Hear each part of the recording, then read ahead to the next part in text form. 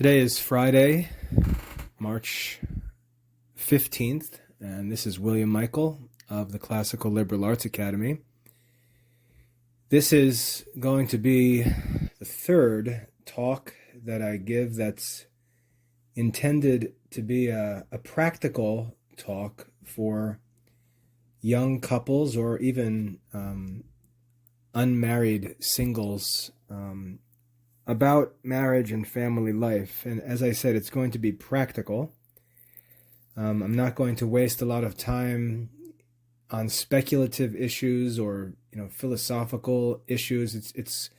I'm going to present things from the practical side as a man who's married with 10 children, who's been married for 25 years, just sharing some practical experience and thoughts on practical issues that I think I would consider helpful if I was a young man. Talk on a lot of issues that I didn't have access to when I was 20 years old or 24 years old and so on.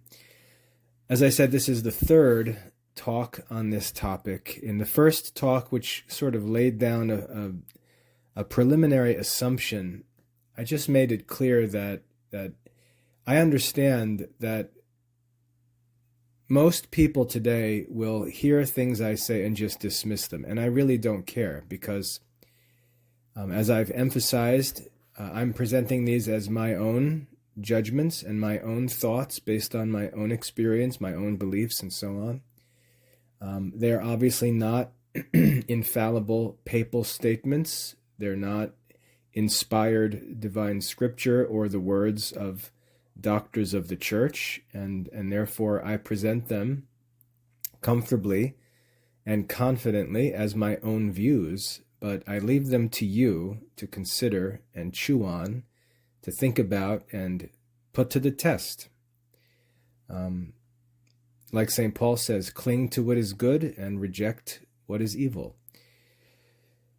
But I like to speak freely from my own thoughts and leave it to hearers to judge, rather than try to be this sort of vanilla, politically correct talker to try to get as many views or followers as possible. I'm not interested in that nonsense. I would like to share something that I think is helpful and leave it for you to judge and either stick in your cap or throw in the garbage. So anyway, the first talk, we talked about just the fact that very few would even be open to consider anything that's contrary to the sort of river of human custom that explains most behavior that we see in society.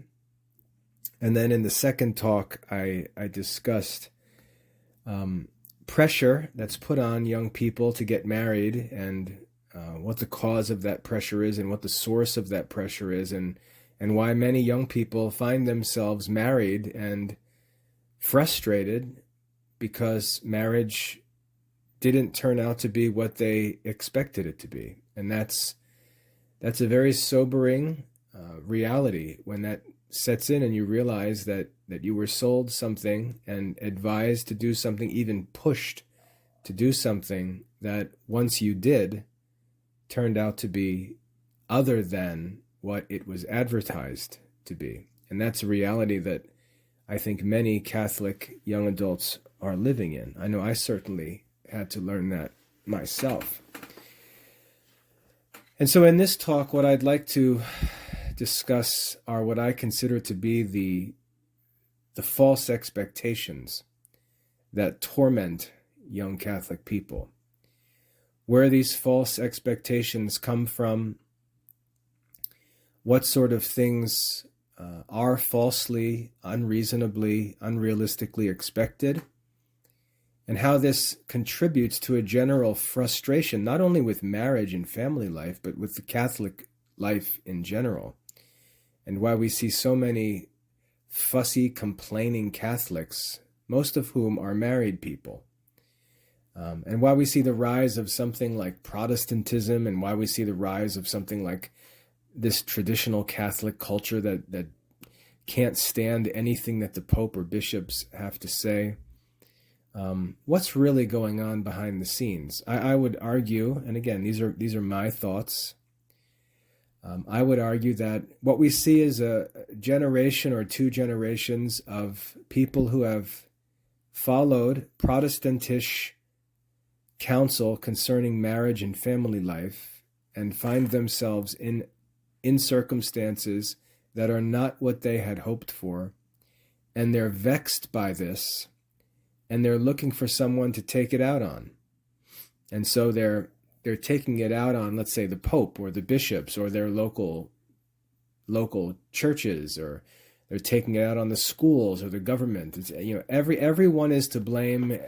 Every institution is evil and corrupt. Everything is bad except them. And what all of this can be traced back to, I would argue, are unrealistic, unreasonable, false expectations for marriage and family life. So let's flesh this out a little bit. And before I get started, let me just remind you that these talks are not, they're not planned, they're not outlined or scripted or anything. I take up a topic often as they're suggested by friends of mine or people who listen to the talks and share feedback with me. And I just take some time in the afternoon when I've got a break. I usually go out for a walk. And while I'm taking that walk, I'll use that time to record a talk. So don't hold this to any kind of scholarly standard or anything like that. It's just a casual talk, as if you were going for a walk with me, talking about these things. Now, when it comes to these expectations, many Christians get their ideas about culture, family life, education, religion, and so on from historical resources, from writings of saints, from history books, from fictional literature, from the past. They get all kinds of ideas about what family life should be like, what men's and women's roles should be like or can be like, how people should dress, what they should eat, how they should live, what their houses should look like, how they should be decorated, what kind of activities they should be engaged in, what their daily culture should be like, and so on. And they pull these ideas, they get these images in their heads from all kinds of historical sources, some which are fictional, some non-fictional, but they're all historical. And what they fail to do is they fail to consider what changes have taken place in history that affect and limit their lives. They fail to take seriously the differences between life today, which is the only life that matters for us, and life that was lived in other places at other times under different circumstances. So, for example, a woman may get an idea of what it's going to be like one day when she is a mother raising children. And she may get her idea, and I'm being honest, she may get her idea from Jane Austen novels, or she may get her idea from Little House on the Prairie. She may get her idea from the life of some historical figure she reads about, or from TV shows, or who knows what the source is. And so she goes into married life with an idea. She may even choose to enter into married life with an idea of what that married life is going to be like. The question of whether she's taken any serious thought about the details of such a life, for example, what would such a life cost? What would her husband be doing to provide such a life? Whether the man she's choosing to marry or has married can even provide the circumstances that would be prerequisite to her living such a life, and so on. So we see that these ideas or these hopes and dreams of what married life might be like are often not founded in any reality. Men do the same thing. Men may look back in history and read stories about biblical characters or people living in the Middle Ages, maybe Thomas More living back in the 1500s in Catholic England. And they get ideas about what married life, what household life will be like. And so they think about getting married, and they think about all of these benefits that they'll enjoy as married men. They think of all these benefits they'll enjoy as fathers and husbands, what their children will be like, and what sort of activities they'll be engaged in, what they'll be doing, and so on. And yet they don't take into consideration the circumstances in which they live. They don't take into consideration real, practical differences between their circumstances and the circumstances of men that they watch movies about or read about or fantasize about. And then when they get into married life, they find that they don't even have the money to do the things or have the things that those men had and did because they were famous men or they were wealthy men or they lived in different political circumstances, different cultural circumstances, different family circumstances, and so on. And Jesus warns us in the Gospels of the need to count the cost of the Christian life. He warns us of the need to count the cost because it's very possible that what you imagine the Christian life is going to be like as you enter into it, it's very possible that you're going to find that it's not what you anticipated. I'm not saying that it's going to be worse. In my case, I would say it's much better than I anticipated. But for many who get into it with sort of, flowery, rosy views of the future based on readings or movies they've seen or television shows or even just comparing themselves to other Christian couples, you may sign yourself up for something that turns out to be much different, maybe much more difficult than you had expected. And I'm just being very, very practical here. For example, even simple things like taking health for granted. I know several. Well, I can just give you my own example. We had one of our children born with a cleft lip. My son David was born with a birth defect. He was born where his upper lip wasn't properly formed. And we went from being this, beautiful, happy young family that had two beautiful children and was living this sort of fairy tale life to all of a sudden being confronted with a major challenge, a child born with several defects, actually. He also had a heart problem. And the next thing we know, we're in hospitals and doctors' offices talking about surgeries and treatments and all kinds of things that we have no financial means of dealing with. And that came upon us at the moment when our third child was born. Now, thanks be to God, everything turned out well. In God's providence, we were able to arrange for a surgery with some of the best surgeons in America up in New York State.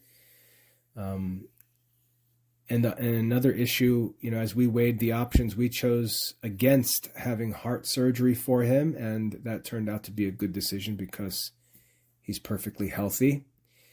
But our family life was suddenly shoved from this sort of paradise of pleasure into all kinds of confusion and controversial decisions that we hadn't anticipated. My second daughter, Elizabeth, when she was 3 years old, had a seizure that lasted for hours. And we were forced to deal with the consequences of an experience of that, which, again, No one talks about, when they talk about marriage and children, the fact that your children could have health problems or disabilities, and all of these things are going to take over your life. And I'm not saying that in a negative way, because we love our children, and we're happy to help them through their difficulties. But these things are not discussed among young people talking about getting married. The fact that you're not necessarily going to have 10 healthy, beautiful, brilliant, grace-filled, devout children. You may have bad children. You may have crippled children. You may have children with all kinds of disabilities. And that's why I said in the previous talk, your life as a Christian is going to take on a much more active character than this sort of, fantasy Catholicism that you may live as a college student. There are serious, practical challenges that you're likely going to face to some degree if you choose to get married. And these practical things need to be taken into consideration. Now, that's a pretty extreme view, right? To talk about disabilities or handicaps or things like that, even deaths. Those are extreme issues, and I'm aware of that. But they're real nonetheless. They're real nonetheless. You're not going to sit around having undisturbed hours of quiet time or Bible study, or you're not going to be able to up and go on a pilgrimage with your friends like a college student. You're going to have children who are sick. You're going to have children who need help. You're going to have children who don't have the faith or the knowledge or the strength and health that you have. And you're going to need to be their strength and their health and their wisdom and so on. Your life is going to become subordinate to the life of your children. Now, if you say, yes, I understand that. I actually like the thought of that. I desire to. Well, that's a good thing. But many people don't even consider these things or talk about these things when they're talking about the sort of romantic fairy tale life that they're imagining when they talk about getting married. When they choose to get married instead of pursuing religious vocations. They set up for themselves a false dilemma. This idea that option A is a life of celibacy, either living as a priest or living in a monastery, and option B is, paradise fantasy land with my boyfriend or girlfriend, where we have a bunch of kids and live in a beautiful house on a beautiful farm out in some beautiful place, and we're just wealthy and healthy and happy forever. I get to choose that or religious vocations. And you can see how you get this false dilemma. And I think that if young people were faced with more realistic options, their decisions might change. For example, if you're a Catholic young adult, think about your own family life. Think about your parents' experience as a married couple. Think about your brothers and sisters. Think about yourself as a child. When you consider marriage and family life, do you consider your own experience as what family life is actually like? And if you say, oh, we have a great family, our family life is so much fun and it's so happy and everything, I'd like you to ask, what are the circumstances that made your family so happy? And if you start listing all kinds of benefits and things, and these things have price tags, are you considering whether or not you're going to be able to provide those sorts of things? You say, oh, our family was so fun. We had a beach house and we went on vacations, and my grandparents, they had a cabin up in the mountains that we went to every winter, and we did this and we did that, and we lived in this beautiful neighborhood and we had such great friends. We went to this great school, blah, blah, blah. Put a dollar sign on those benefits because your parents provided those things. And you may just assume that you're going to go and have the same things when you get married and have children. And you may not be able to do that. Then what? What will you do if you don't have the financial resources to provide your children with an endless flood of enjoyable activities? What will you do if money's tight? What will you do if you don't live in the nicest neighborhood? Can't send your children to the best private schools? Can't take vacations every year? Don't have a beach house to go to? Can't go up to the mountains? And so on. And you may say, well, this is awfully... No, I'm being practical, realistic. What if the circumstances are not the same? If the circumstances of your married life are not the same as the circumstances of your parents' married life, is it reasonable to expect the same benefits that you may take for granted in your own family life? I think that's very common.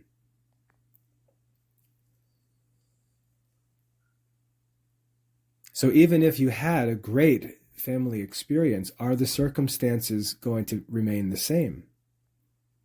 And if you didn't have a good experience as a family, or if you look around and see other Catholic families and see that they're not necessarily having what appears to be very good experiences,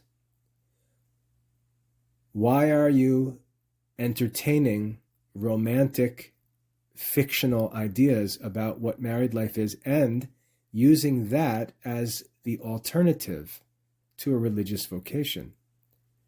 That, you see, what I'm trying to point out is the fact that the decision concerning a state of life is often a false dilemma. It's often religious life in its real circumstances or married life in fictional circumstances. And what I'm asking is, are you considering religious life in its real circumstances versus married life in its real circumstances? I don't think many young Catholics make that decision. Now, if you already have made that decision and you're married, that's over. You're married. But you still have to deal with this reality of unrealistic expectations. So like I said, let's say you were a Catholic and you went to college and you met another Catholic while you were at college and you did things together. You were involved in a Catholic youth group. You went on Catholic retreats and pilgrimages. You talked about Catholic things, hung out with all your Catholic friends, went to holy hours and adoration and went to daily mass in college and did this and did that. And on and on, you had this great Catholic life while you were single in college. And you met this great person and you said, oh man, could you just imagine how much fun it's going to be when we can have this Catholic life together? And you just sort of project that single life into the future and assume that will just continue into your married family life. But the problem with that expectation is that when you have children, you don't give birth. Now, I want to communicate this clearly because this is a challenging issue. The Christian faith itself, real piety and devotion, they're not communicated by physical reproduction. You don't give birth to saints. You don't give birth to someone who is guaranteed the same graces and virtues that you have. You don't simply reproduce your Christian self. You give birth to human beings. Your children will share in your humanity. Through baptism and by bringing them into the church, they will share in your church attendance, they will share in your Catholic culture or whatever, but they will not necessarily share in your will to be a Catholic. In fact, you and your wife may be far more devout than any of your children will be, just as you and your wife may be far more devout than many of your Catholic friends or fellow parishioners are. And one danger, especially for smart, devout, good people, is just to assume, really to presume, that the grace you have received and the good that you have chosen can all be taken for granted, that it's all going to be reproduced in your children. If that was the case, if that was true, if it was true that when good people got together and reproduced, they produced good people, just like them. Or, as I thought when I first got married, because I was the first Christian in my family.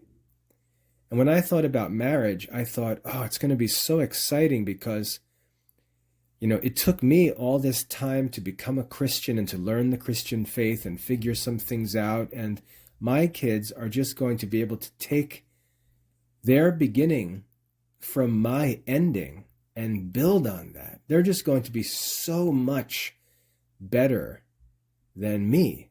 They're going to be smarter than me. They're going to be better students than me. They're going to be more devout than me because I was so bad as a kid and came into the faith as a young adult. They're going to be raised in the faith. They're just going to be so much better than I am. And I went into married life with that optimistic view, taking the grace that I had received for granted, as if it was just going to be reproduced in my children. And then when you have children, you realize these are totally different creatures. Totally different creatures with different personalities, different interests, different will, different dispositions, and so on.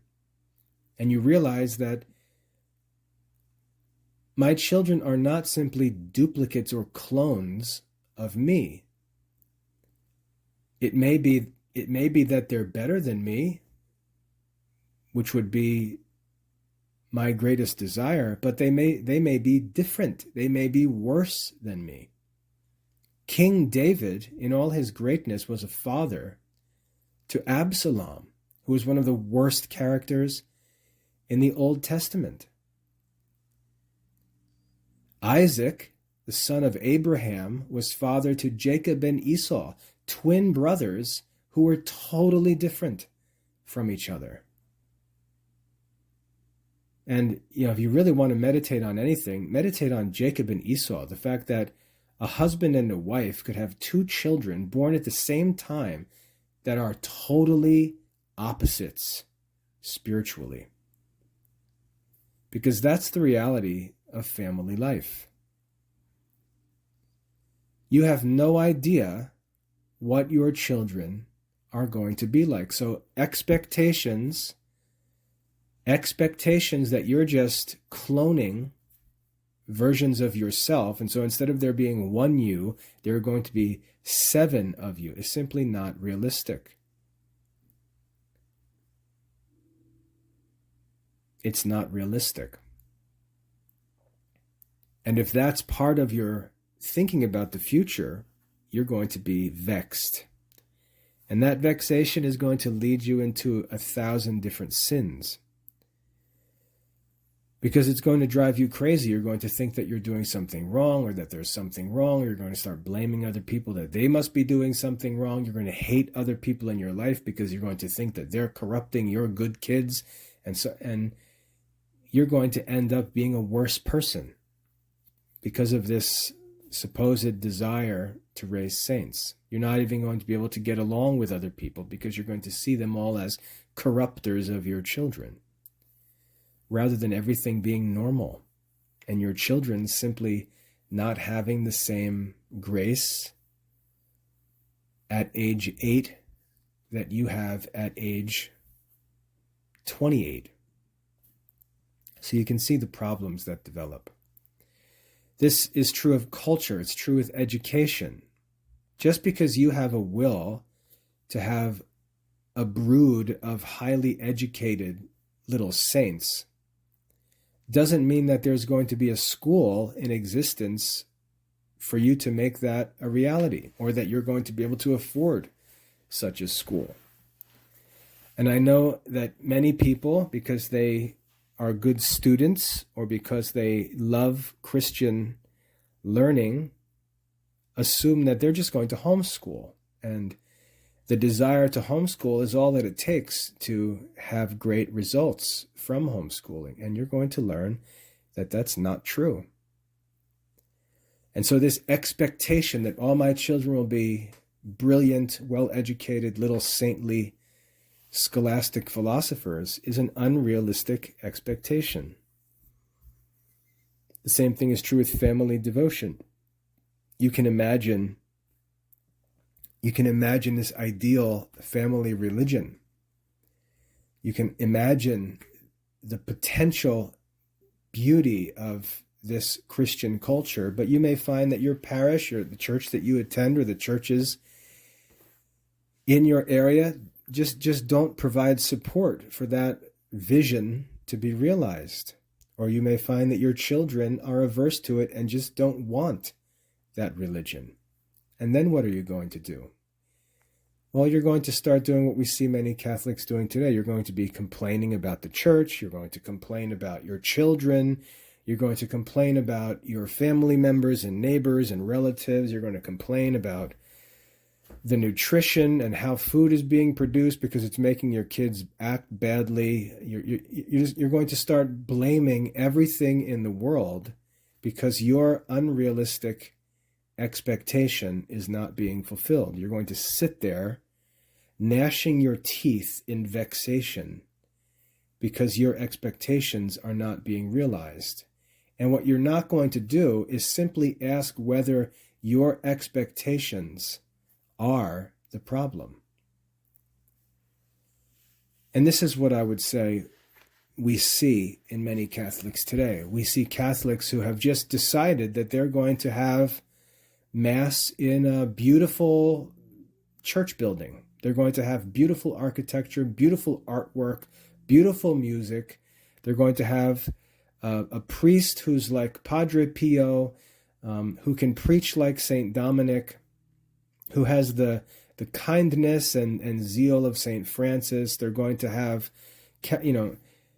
a Catholic school that's like a Jesuit school from the 1500s. They're going to have teachers who are all like Thomas Aquinas. Every Sunday school teacher is going to be Mother Teresa. And then when it's time to actually raise their child, they find that none of that is true. None of those expectations are real. And they act as if all of the people in their life who actually do these things, the teachers, the pastors, the Sunday school teachers, the singers, the deacons and the monks, and they act like they're all robbing them of something that they deserve.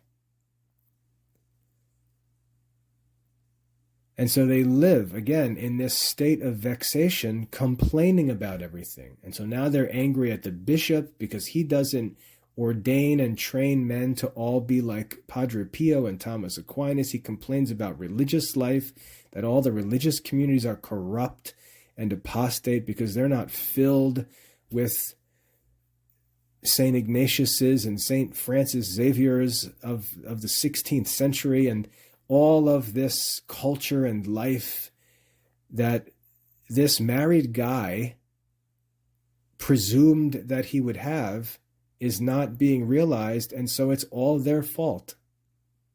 It's all their fault. The Pope is a heretic.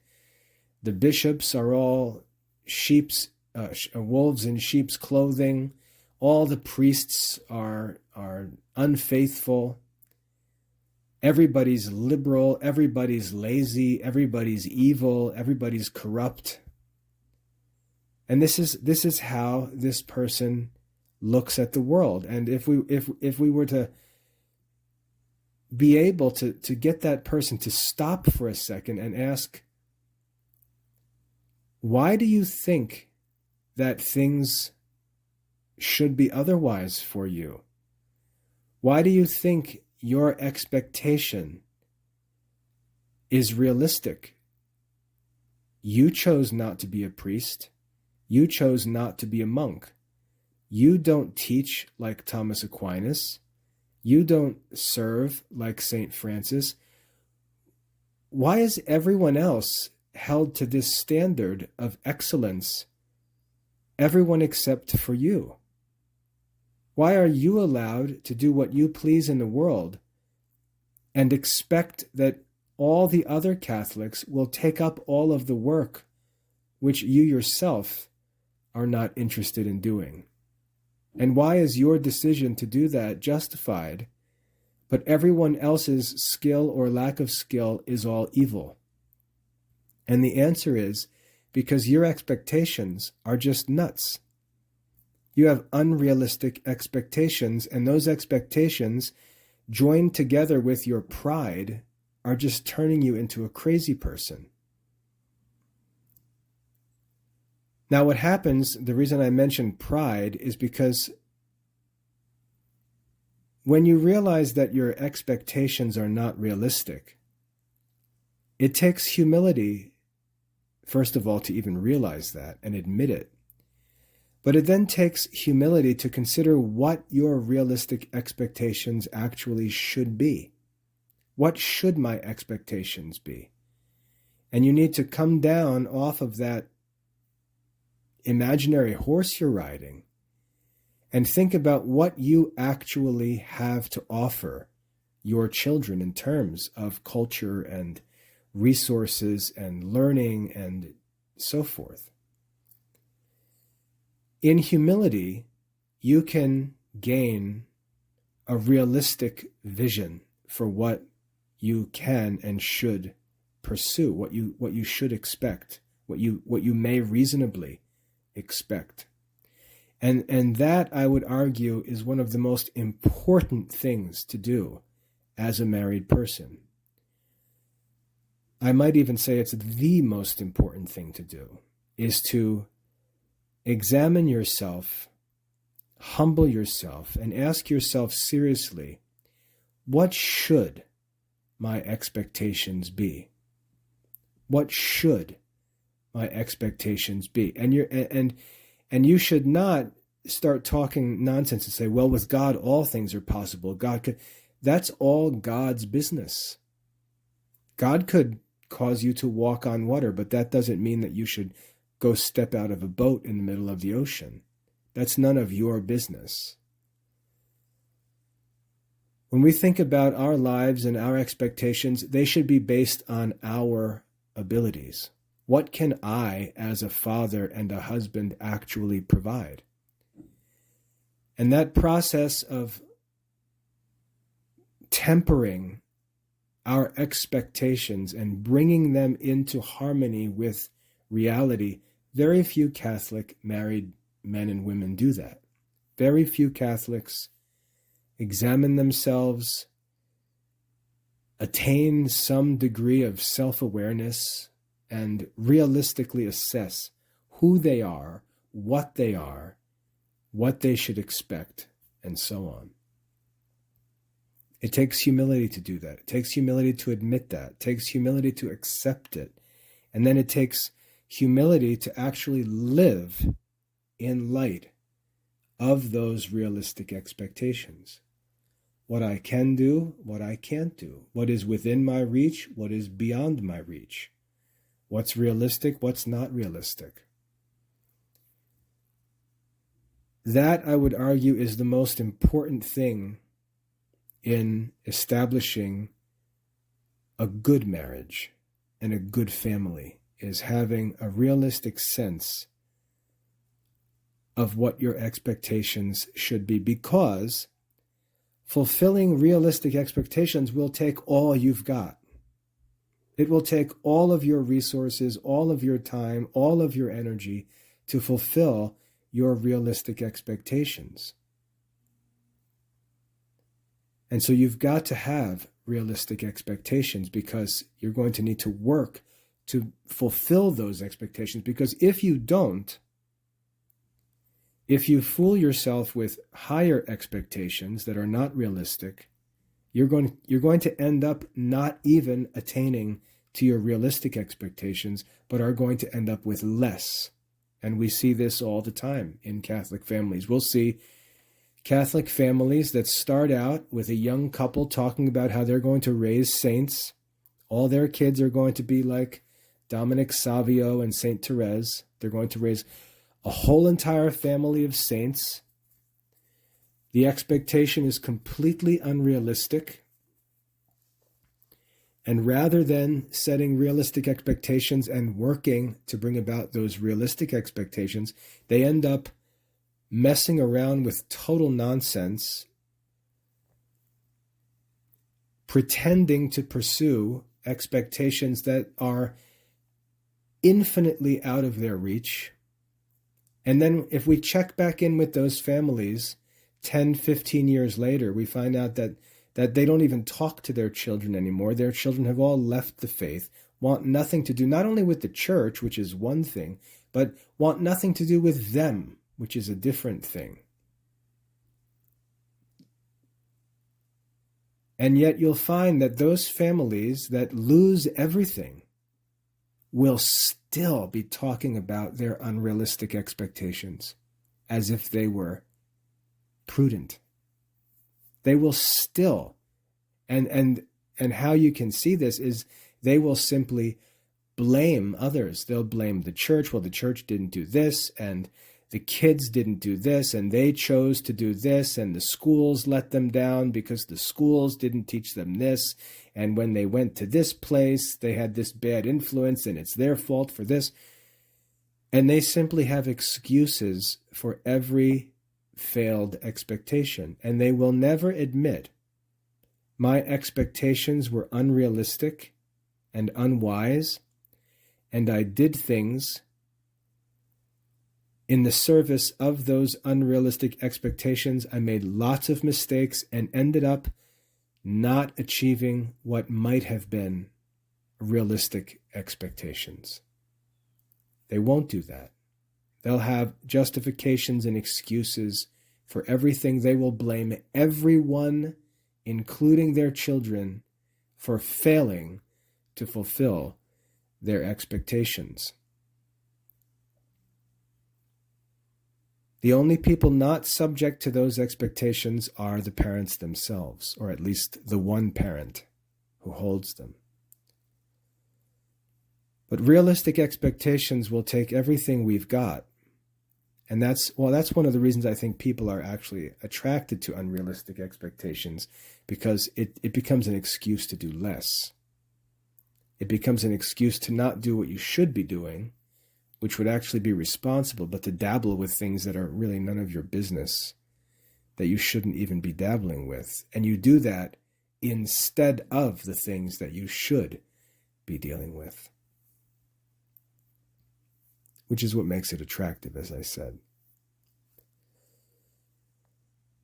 But these are unrealistic expectations. Now, why would I be sensitive to these things? How did I figure these things out as I was parenting? Well, first of all, if there's one virtue that I have, it's that I'm honest about myself and my life.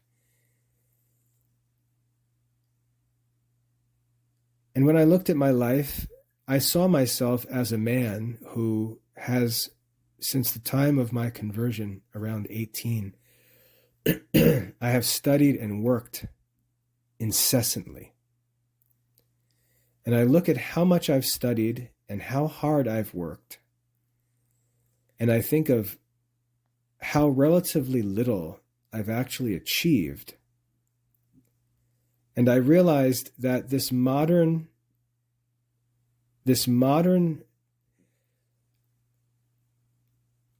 focus on the nuclear family, husband, wife, and children, is a lie. This modern idea that it's just you and your spouse and your children and you're a family and you can do that is a lie. When you go back in history and find great saints and great scholars and great men and great, you will normally find a family that was extended with all kinds of greatness through the family over long periods of time. These achievements do not come in a single generation. Or there were institutions in place that are not in place.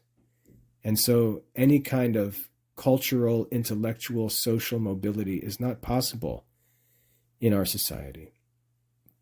That might have been possible in a different society. And this idea of the nuclear family as being this like self-sufficient unit, you just pack up and move any place you want, you go any place, do anything you want. And that's the reality, that is that God works with nuclear families, just husband, wife, kids all over the place. That's a lie. That's not how family life works. And Catholics will often separate themselves from their other family members because their other family members are not as devout as them, or they're not devoted to whatever they're devoted to. And they'll separate themselves and isolate themselves. And that isolated nuclear family life is unnatural. And it's another part of this problem. And so when you consider your family in God's providence, you look at your parents, your wife's parents, your siblings, your wife's siblings. These are the uncles and aunts of your children. And you look at the family that you actually have in God's providence, and you realize that it's not likely. Let's say that you're few among a family of non-believers. You're going to realize that it's not likely that my children are going to become great saintly teenagers when they don't have devout uncles and aunts and grandparents all around them like a cloud of faithful tutors and models and witnesses. You realize that the expectations are not realistic. And so I realized early on, being the first Christian in my family, that my expectations for my kids needed to be realistic. For example, if you look at Thomas Aquinas, he's born into a Catholic family in medieval Europe. He's sent to a Benedictine monastery when he's 5 years old. He lives with Benedictine monks. And then at 14, he goes to the University of Paris at the height of Catholic culture in 13th century Europe. And you look at what Thomas Aquinas was able to do and achieve, and the level of thought and study he was able to have. His teacher was Albert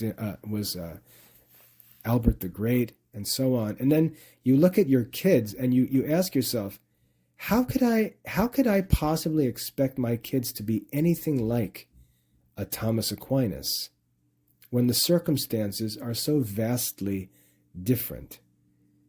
You don't even have the option to drop your 5-year-old off at a Benedictine monastery and have him raised by the monks. You don't even have that option. You can't send your child to the University of Paris at age 14, as families could in medieval Europe. You don't have any of those circumstances. You don't have the families that they had. You don't have the connections that they had. When you read the lives of the saints, pay attention to their family lives and notice how widespread the Catholic influence is that they grew up in and enjoyed as they grew up. And then consider your own children and how their circumstances, how their influences compare to those of those saints or just famous secular people through history. How do these things compare? You'll often find that they don't compare at all, and the expectations need to be tempered. But I knew that my expectations had to be humble because I was the first Christian in my family. For my wife, she was the first Catholic in her family. I was the first to go to college in my family. And so I knew that the expectations should be tempered, but at the same time, I was encouraged by people around me to not think like that, to not be so pessimistic, to not put limits on God. And I sort of got into that irrational thinking and allowed my expectations to be more than they should have been. And it was entirely my fault because I knew better and I simply didn't follow my own thoughts on the issue, which in hindsight would have saved me from a lot of vexation. But there was one particular time, one particular experience that really made this clear for me. And I've talked about this in past talks. It was when I was tutoring as a newly converted Catholic. I was tutoring, and there was one family who I visited for tutoring. I'd go to their house 2 days a week, tutor their kids, 4 kids. And they were the perfect family. Beautiful, beautiful home. Mom was a beautiful Catholic woman. Dad was a handsome, wealthy Catholic man. The kids were beautiful. Everybody was friendly, lived in a beautiful development. Just a beautiful life as a family. Beautiful Catholic suburban life. Beautiful family. Good people. Friendliest people. Everything beautiful about them. And I had the privilege of tutoring their kids, one of whom recently became a priest, actually. But I had the privilege of tutoring their kids. And I used to go there and teach them, and they'd all be ready for our meetings and in good spirits. Mom was as supportive as she could possibly be. And we had great lessons together. But then one week when I was there, Mom told me that the kids' grandparents were going to be there. And I said, "Oh, that's no problem. I don't mind if there's visitors. We can still have our classes, or we can cancel if you need to." And she said, "No, actually, their grandparents want to know if they can sit in on your class because they've learned about what the kids are studying, and they'd like to sit in and listen." And I said, "Oh yeah, that'd be fine. I don't care if they listen. That'd be great." So I went there to tutor, knowing that the kids' grandparents would be there. And so when I got there and started teaching and was interacting a little bit with Grandma and Grandpa, I started to realize that these kids have grandparents who are devout Catholics themselves and who know about the stuff we're studying and teaching, who are interested in it, who support the kids in learning it. And I realized that the Catholic influences on these kids and on the circumstances of this family in general goes way beyond this little nuclear family. It's not just the mom and the dad and the kids. It's the mom and the dad and the kids and the grandparents and the great-grandparents and the uncles and aunts. This entire cloud of people that are influencing these 4 kids. And when you experience a family like that just has all of this Catholic influence coming at all times from all directions, everything virtuous and honorable is praised and celebrated, everything that's vicious and foolish is discouraged and opposed, you just realize how much support those parents have, and you realize how different the world looks to kids being raised in an environment like that, as opposed to an environment where mom and dad might be the only Christians, mom and dad might be the only Catholics, or even mom might be the only Christian. Our kids do not grow up in the same circumstances with the same benefits, and therefore, humanly speaking, it's unreasonable, really unjust, to have the same expectations or even similar expectations. And so we've got to examine ourselves and ask, as young Catholic people, we've got to look at ourselves and ask, what realistically, reasonably, justly, what should my expectations be for my married life? What should my expectations be for my family life, the culture of my family life, my family's devotional life? And imagine how different things would be if you started by tempering your expectations. So, for example, I live in Monroe, North Carolina. There's one parish in the entire county, a big parish, thousands and thousands of families. But it's probably 80% Hispanic. Working Hispanic families, kids in public schools. There's no Catholic school in the county.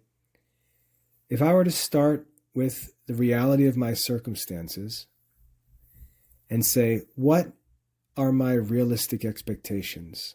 This is where I live.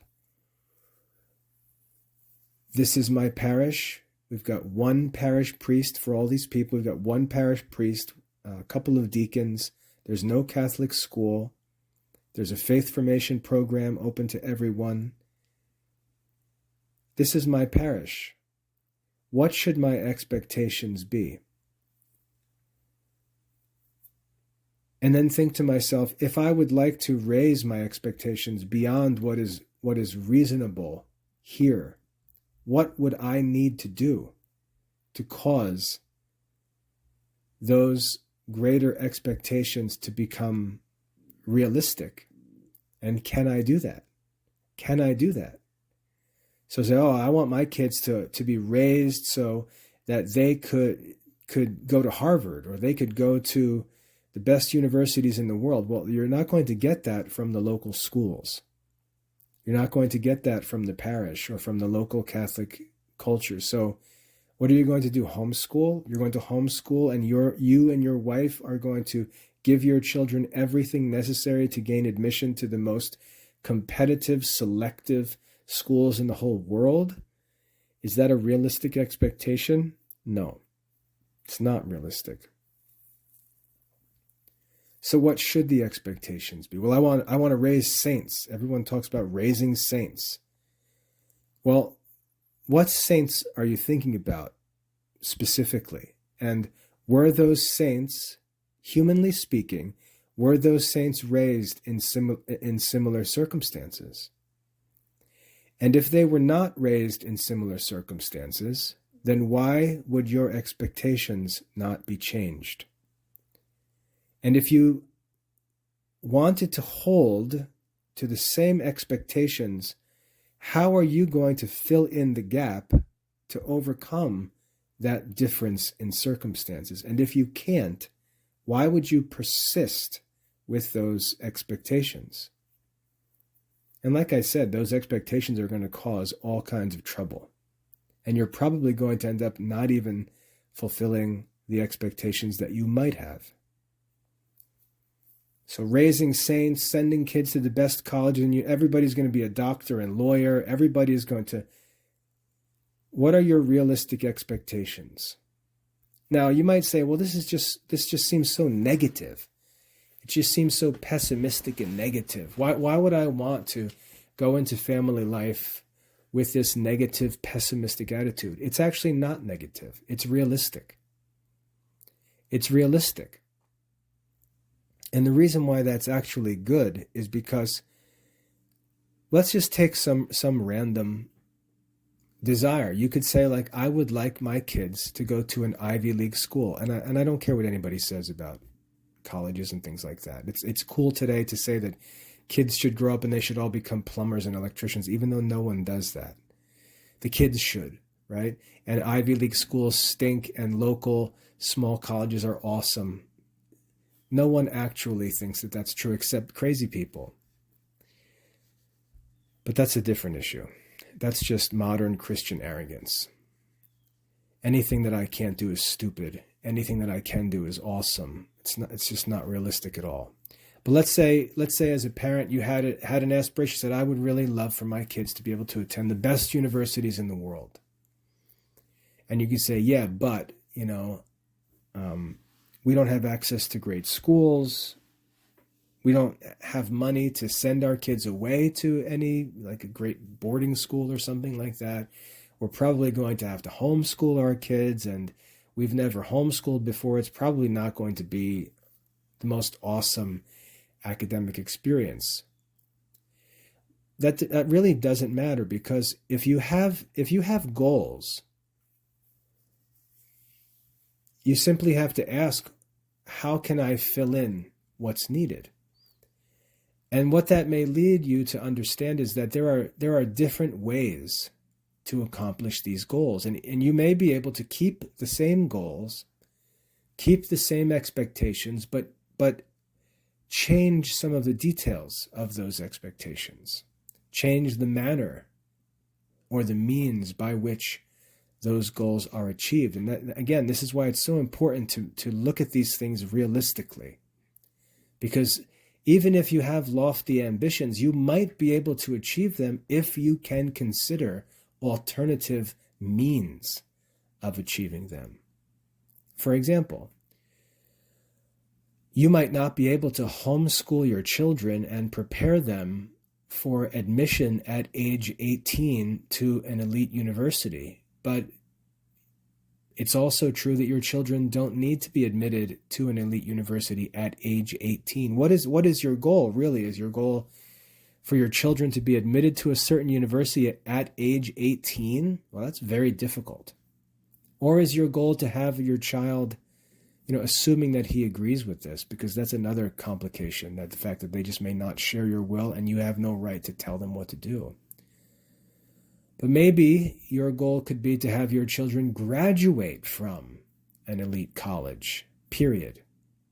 And they may not be able to get started with college studies until they're 20 years old, because it took you some extra time to get through homeschool stuff. Then they get started with the county college. They get started with their studies, and they transfer from there to a better college, maybe a state university, and then they transfer one more time into a top school because they were able to get straight A's at the school they were attending. And so you can see there's different ways to go about some of these things. But that's realistic thinking. That's being realistic. And many parents, they have lofty goals and glorious expectations, but just absolutely no realistic thoughts about the means of achieving those things. And if we don't have realistic thoughts about the means, our thoughts about the ends are just silly. They're childish, irresponsible. So it's not pessimistic, what I'm saying. I think it's actually more optimistic, because it's bringing our expectations into harmony with reality and giving ourselves a chance to actually fulfill realistic expectations. And what's realistic about them is that they're appropriate for us. They're appropriate for us. And that's really all that God asks us to do. All that God asks us is to fulfill our own expectations, our own realistic expectations. And so any pressure that would be added by our own irrational expectations, that's not pressure coming from God.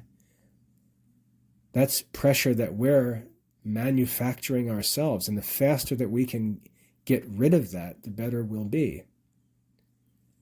Plus, unrealistic expectations will often cause us to resent and despise people around us, including our spouses and children, because we'll see them as obstacles that are thwarting our plans, or that are causing us to be denied what we desire.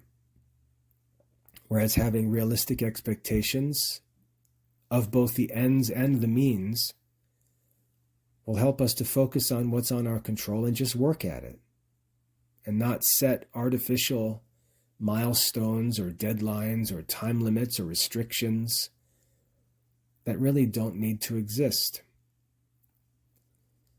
But we've got to be humble and honest to set realistic expectations. And what I would like to close this in saying is that many young couples are vexed and frustrated and confused by unrealistic expectations, and these unrealistic expectations ruin their marriages. They ruin their relationships with their children. They end up raising children who just can't wait to get away from them. They ruin their relationships with other relatives. They ruin their relationships with the church. And it just goes on and on and on. And while they sit there in the midst of this selfish, miserable life, blaming everyone in their life for their vexation, all that they really need to do is examine themselves and ask, are my expectations realistic? And if they're not, what should they be? What are my realistic expectations? Because we need to make sure that those actually are our expectations. And this is one of the reasons why young people are frustrated and confused in marriage, is that they simply don't have realistic expectations. These are very complicated topics, and I don't intend for these talks to solve these problems, but it's important just to become aware of the sources of some of these problems so we can begin to think about them and pay attention to them and, God willing, fix them. But unrealistic expectations, which has 1,000 different implications in our lives, from how we look at the church to how we look at our relationships and families and communities. Unrealistic expectations can really do damage in our lives, ruin our families, ruin our marriages, ruin our relationship with the church, even cause us to lose faith and just become despondent and lost in self-pitying, blame-shifting miserableness. And we see many people living like that. Many people blaming the Pope for their children's lack of piety, because they had an image of what they were going to be as a family, and when it's not fulfilled, they blame others rather than themselves and their own expectations. So anyway, I hope that that's clear. I hope that concept of unrealistic expectations can become one you focus on and think about. And I'd really like to know, if you listen to this and then actually reflect on it and put it into practice, I'd like to know what you come up with. I'd like to know, personally, I'd like to know what your unrealistic expectations were, how they were affecting your life negatively, how you adjusted those expectations, and what changed in your life. And I'd be happy in the future to share more about my experiences with the same thing. But think about your expectations. Are they realistic? If not, how do they need to change? If they're not realistic, what kind of trouble are your expectations causing in your life? And if you do change them, how do they take away those problems that were being caused? I hope you find that helpful. God bless.